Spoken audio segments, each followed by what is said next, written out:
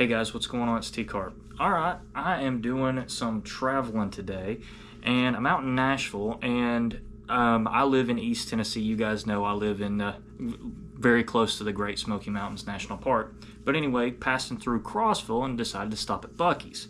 While I was there, I picked up a Bear and Son. Basically, it's like they call it the small hunter, or like the little boning knife or whatnot. The 5.63D, I guess is what they call it. It's a 6 3/4 inch. It's supposed to be a deboning knife. You know, like a bird and trout knife, something kind of similar to that, in my opinion. This would be a great, you know, designed to be a good little, for me, you know, squirrel, like cutting up game, squirrels, rabbits, doves, you know, pieces of meat, things like that. For me, it's probably fish. I'm taking this fishing. So I wanted to show you guys this though. This looked on their stuff. This is a what they say is a Damascus steel knife. Let's see what their website says on this.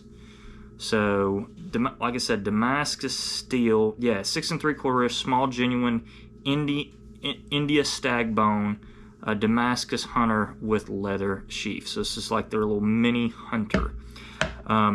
Retail, I paid on this at Buc-ee's, like I said, 69 bucks. So 70 bucks for this. On their website, it's like 156 bucks. I'm like, I wouldn't pay 156 bucks for this. Absolutely not.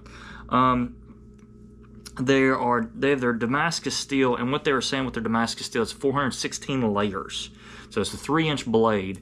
I don't know if this is full tang or not, but I want to show you guys this, if you can see that or not.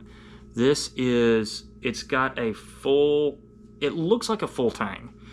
There's a difference in the blade type. I think they've acid etched this so the Damascus comes out, and they didn't do this part, which that's fine, but it makes it look like a weird steel transition there.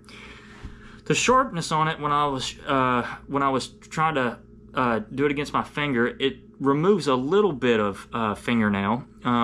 Does it cut paper? We're about to find out. This is the receipt from Buc-ee's, by the way, so you can see what I paid and all that. So the receipt paper, will it cut it? It won't cut it. Won't cut receipt paper. Will it cut regular paper? This is from like a notebook, so it should cut that. It'll cut that paper just fine. Kind of little hitch there. So it's not super sharp right out of the box. Some would say, oh, the blade geometry. It's a pretty thin blade. It's a very, very thin blade, actually. So it should be just fine there.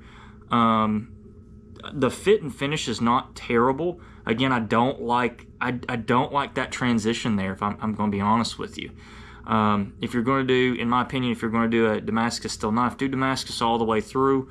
But I see how they polished it up through here. So it just kind of is what it is there, guys. So let's see after some sharpening if this does it. My thing is I like my knives to be kind of really razor sharp right out of the box. And paying $70, this isn't razor sharp, and this is marketed as an outdoor knife. And this is supposed to be, you know, making money cuts, you know, supposed to be razor sharp. So I'm not super impressed with the sharpness right out of the box. Here's a good example of a Victorinox. So let's see if this Victorinox can do it. It might be able to, it might not. Nope, it's not going to cut this. So that kind of fools that. But let's see here. And this is not out of the box. This is me using it. And I actually used this to skin some fish. So that'll cut that just fine. So I want to see how sharp I can get this, in my opinion. So is this worth $70? What's my initial thoughts on it? Right out of the box, I'm going to give it 3.5 out of 5 stars.